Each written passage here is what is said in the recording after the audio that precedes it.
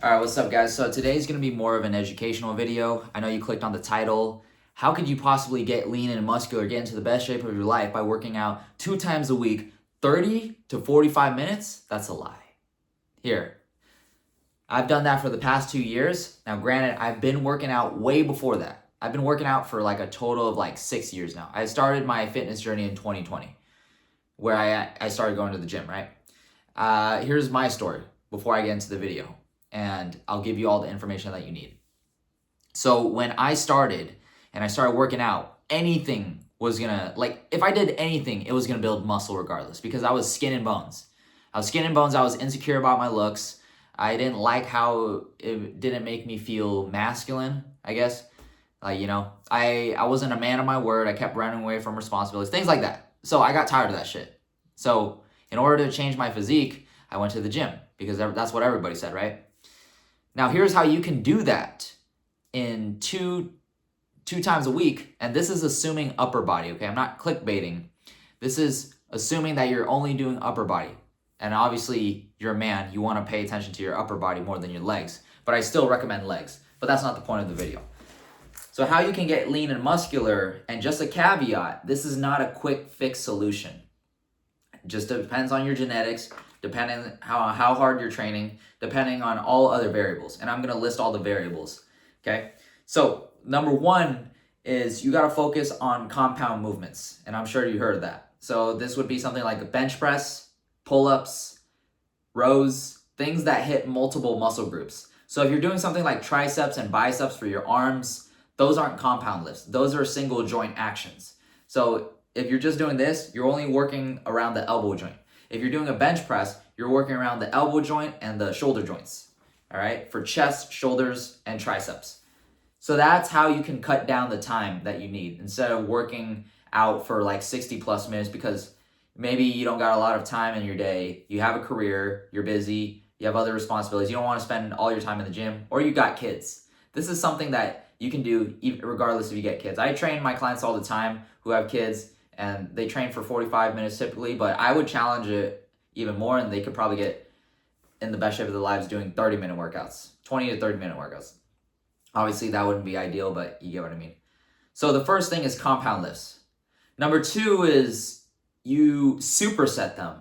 Now, this is more of a less optimal approach, but at this point, you got to be optimal with your time, not optimal with your approach and your programming. And that's how you can get in more volume and more intensity, things like that. Because you superset your compound movements, such as if you do a bench press, you rest a little bit, like 30 seconds, and then you do your pull-ups or your lat pull-downs.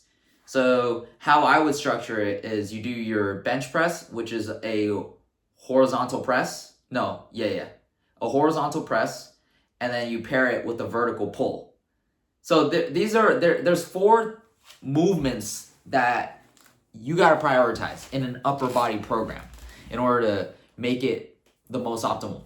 So you want to have all these 4, okay? Horizontal press and pull. So horizontal press, horizontal pull, vertical press, vertical pull. So what does that mean?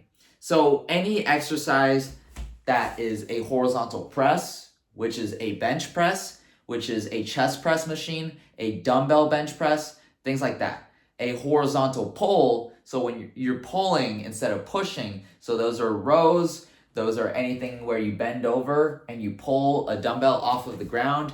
A vertical press, a shoulder machine press, things like that, and then a vertical pull. Your pull-ups, your lat pull-downs, anything that's vertical.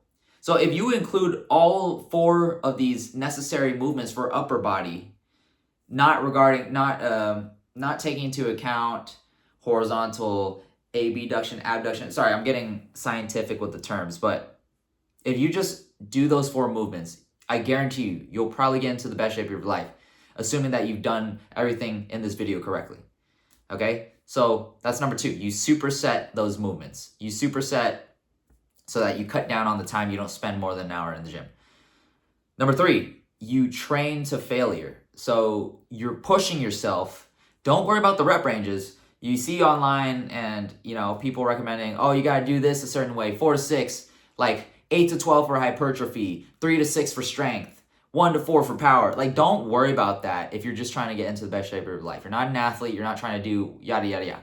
You're going to build strength and you're going to build mass as long as you're pushing yourself to the intensity of near failure, where you can't, and this is assuming that your form and execution and technique is great. Number 2, you're moving the weight slow and controlled. You're not like unreasonably slowing it down 5 seconds on the eccentric or the negative, right? And then 3 is you track your progression. You progressively overload. So what does that mean? So choose a rep range. Like, let's say you're doing 6 to 10. If you are able to move the same weight and hit 10, then you got to up the weight by, I don't know, maybe 5 pounds.